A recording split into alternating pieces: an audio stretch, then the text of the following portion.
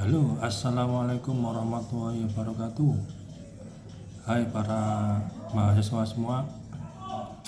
Kali ini kita akan membahas satu tema yang sangat urgen, sangat menjadi perhatian publik mengenai turunnya Peraturan Menteri Agama Nomor 73 Tahun 2022. Apa isi dari PMA Nomor 73 Tahun 2022 ini? Terkait dengan pencegahan dan penanganan kekerasan seksual di Satuan Pendidikan pada Kementerian Agama. Wah, ini tema yang sangat panas, bola liar yang harus kita sikapi dan kita analisis. Bagaimana peran kita sebagai akademisi maupun Anda sebagai mahasiswa menyikapi peraturan terbaru dari Kementerian Agama ini. Menarik karena judul dari PMA-nya ini langsung menukik kepada satuan pendidikan di bawah Kementerian Agama. Satuan pendidikan ini maksudnya madrasah atau PTKIN, Perguruan Tinggi Keagamaan Islam Negeri, maupun PTS, ya, Perguruan Tinggi Swasta yang di bawah naungan Kementerian Agama. Bagaimana Kementerian Agama itu kemudian mendefinisikan tentang kekerasan seksual? Kita lihat di pasal 1, kekerasan seksual itu kita bacakan setiap perbuatan merendahkan, menghina, menyerang, dan atau perbuatan lainnya terhadap tubuh. Jadi ini sangat kajiannya tentang tubuh manusia, ya.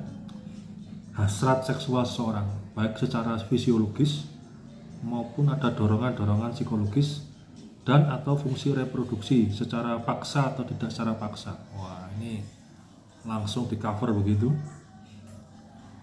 Atau bertentangan dengan kehendak seseorang. Wah, dengan kehendak karena ketimpangan relasi kuasa. Jadi kekerasan seksual itu bisa terjadi karena ada ketimpangan. Ya, ketimpangan ini maksudnya dosen dan mahasiswa misalnya.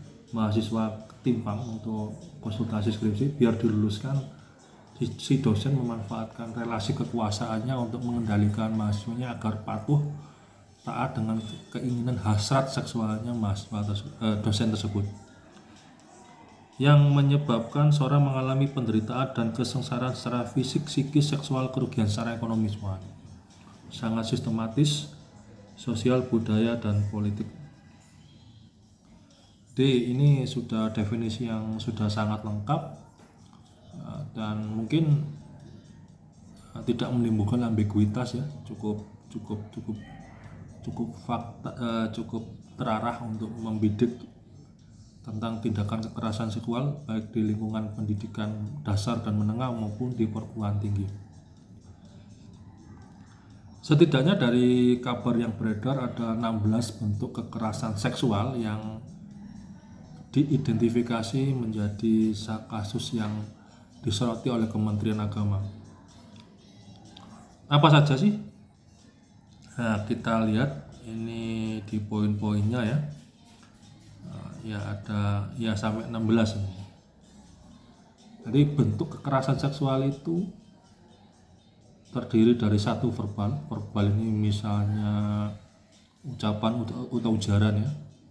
Yang dua non fisik, psikologis misalnya, fisik, yang ketiga fisik, dan atau melalui teknologi informasi dan komunikasi. Artinya ini sangat kontekstual sekali,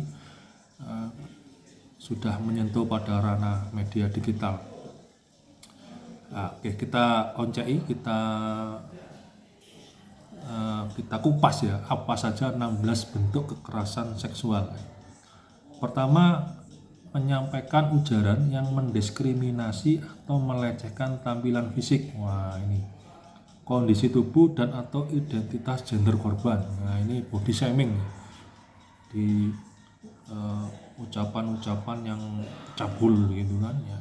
Ini coba dihindari, baik saya sebagai dosen maupun Anda sebagai mahasiswa, mulai mengurangi bentuk-bentuk ujaran atau menstop sama sekali yang mendiskriminasi atau melecehkan tampilan fisik seseorang, ya. Yang kedua, menyampaikan ucapan yang memuat rayuan, lelucon, dan atau siulan yang bernuansa seksual pada korban. Ada cewek liwat, sweet sweet sweet sweet sweet. Nah, ini sudah termasuk pelanggaran kekerasan seksual di lingkungan pendidikan. Meskipun niatnya mungkin guyon atau meramaikan sesuatu, namun harus kita hindari. Yang ketiga, membujuk, menjanjikan, menawarkan sesuatu, mengancam atau memaksa korban untuk melakukan transaksi atau kegiatan seksual. Ini sering terjadi apabila kemudian punya gebetan atau punya pacar yang sudah lama berhubungan atau memanfaatkan situasi gitu ya, untuk biasanya alasan komitmen pacaran itu kemudian merayu sedikit demi sedikit untuk menunjukkan atau menjanjikan atau memperlihatkan lekuk-lekuk tubuh di WA atau di HP ya. Itu hindari. Yang keempat, ini juga sering terjadi menatap korban dengan nuansa seksual atau tidak nyaman. Ini tatapan mata yang sangat mesum gitu ya. Nah, ini mulai harus dihindari. Ditinggalkan sama sekali ya. Jangan sampai sorot mata itu sorot mata yang nafsu.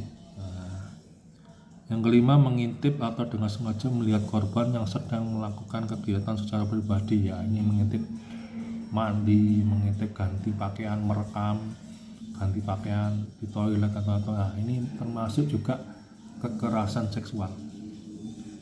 Yang keenam, memperlihatkan alat kelamin dengan sengaja. Nah, ini juga masih ada berita-berita yang memperlihatkan seorang laki-laki memperlihatkan alat kelamin di depan perempuan, di depan umum, di ruang publik.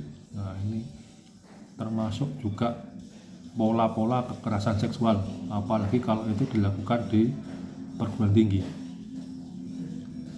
Selanjutnya adalah melakukan percobaan perkosaan. Nah, tentu ini sudah masuk juga tindak pidana pemerkosaan, juga bagian dari kekerasan seksual. Yang ketujuh, menyentuh atau mengusap, meraba, memegang, memeluk, mencium, dan atau menggosokkan bagian tubuhnya pada tubuh korban. Nah, ini yang sering terjadi adalah begal payudara. Nah, ini juga bagian dari tindak kekerasan seksual yang wajib kita perangi dari sekarang. Jangan sampai terjadi kekerasan seksual di lingkungan pendidikan, mulai dari tingkat yang paling dasar, kelompok bermain, PAUD, TK, SD, MI, SMP, MTS ya. Madrasah diniyah sekalipun, pondok pesantren sekalipun, SMA, aliyah, SMK, perguruan tinggi pada khususnya juga seperti itu. Jadi jangan sampai terjadi kekerasan seksual. Nah, yang selanjutnya nomor 9, melakukan perkosaan termasuk penetrasi dengan benda atau bagian tubuh selain alat kelamin. Ini merupakan perkosaan ini juga masih sering terjadi, kekerasan terutama pedofil pada anak-anak kecil di lingkungan sekolah atas modus transfer ilmu misalnya ya, biar kebal atau apa. Ini juga masih terdengar kabar seperti itu. 10, mempraktekkan budaya yang bernuansa kekerasan seksual. Nah, ini budaya-budaya mungkin perpeloncoan yang mengarah kepada kekerasan seksual ya. Ini juga masih terjadi, ini patut kita hindari. 11, membiarkan terjadinya kekerasan seksual. Ternyata pembiaran, jadi kita hanya sekadar melihat tanpa ada upaya untuk melawan atau mencegah terjadinya kekerasan seksual. Pembiaran itu juga bagian dari mengiyakan kekerasan seksual di lingkungan pendidikan. Maka kita harus juga punya kesadaran sosial untuk melawan kekerasan seksual, baik yang dilakukan antar sesama siswa, mahasiswa, atau sesama dosen dan sebagainya ya. Yang ke 11, memberi hukuman atau sanksi yang bernuansa seksual. Nah, ini jangan sampai mentang-mentang jadi guru atau mentang-mentang jadi dosen itu juga melakukan hukuman yang di balik hukuman itu ada nuansa seksualitas. Misalnya hukumannya memperlihatkan alat kelamin atau membuat kata-kata tidak senonoh yang bernuansa seksual misalnya. Nah, ini juga harus dihindari. Dan ini yang sering sekali nomor 12 ini mengirimkan pesan atau lelucon, gambar, foto, audio, dan atau video bernuansa seksual. Ini jangan sampai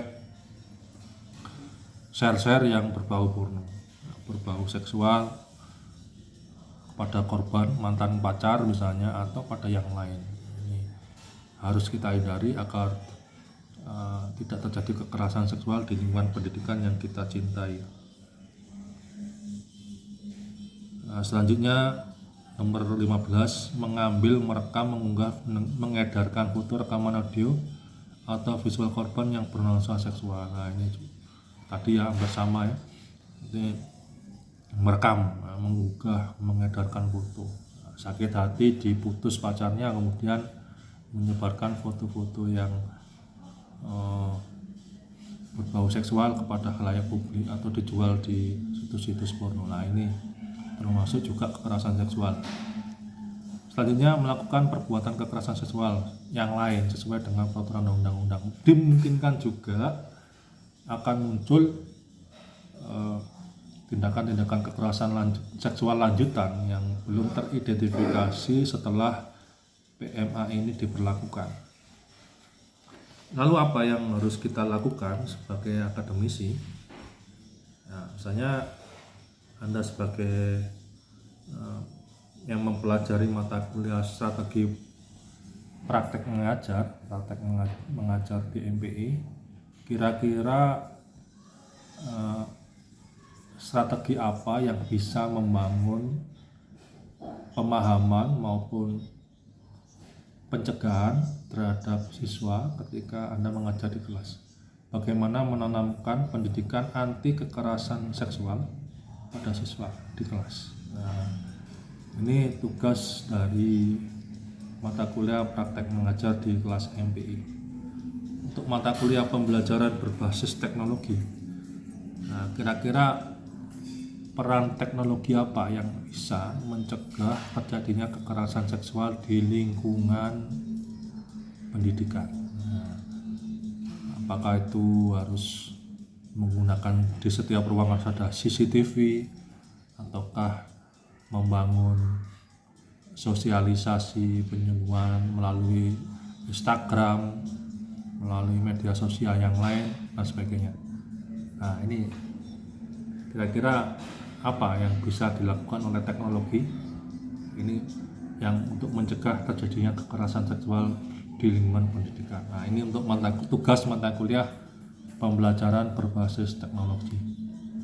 Nah, sedangkan untuk mata kuliah manajemen sarana dan prasarana, kira-kira sarana dan prasarana apa yang bisa mencegah terjadinya kekerasan seksual di lingkungan pendidikan, lingkungan sekolah atau madrasah atau perguruan tinggi? Apa yang dibutuhkan yang bisa mencegah itu semua? Nah, ini menjadi perhatian kita bersama. Setidaknya untuk level pencegahan yang harus kita lakukan adalah harus pertama dibangun common sense, pemahaman bersama antar sekolah, antar madrasah, antar guru, antar siswa yang dapat menjadikan semua warga sekolah itu paham, mengerti, dan peduli serta mencegah terjadinya kekerasan seksual di lingkungan mereka. Salah satu caranya dengan membangun kesadaran sosial di antara mereka, entah itu melalui kegiatan pendidikan, pembelajaran, maupun budaya religius, atau dengan penanaman nilai-nilai edukasi yang lain, sehingga terbangun sikap aktif dan progresif bagi setiap warga di lingkungan pendidikan tersebut untuk bergerak secara individual maupun kolektif mencegah terjadinya kekerasan seksual di lingkungan sekolah atau madrasah. Nah, ini menjadi salah satu key point yang harus kita lakukan dari sekarang. Nah, ini yang akan menjadi analisis kita bersama. Semoga ini membuka mata kita bahwa memang banyak terjadi kekerasan seksual di lingkungan pendidikan, baik itu sekolah atau madrasah, Nah, tugas kita sebagai kaum akademisi, apa yang harus kita lakukan menghadapi permasalahan itu. Sampai jumpa pada video yang lain, tetap di channel ini, Anggawin. Assalamualaikum warahmatullahi wabarakatuh.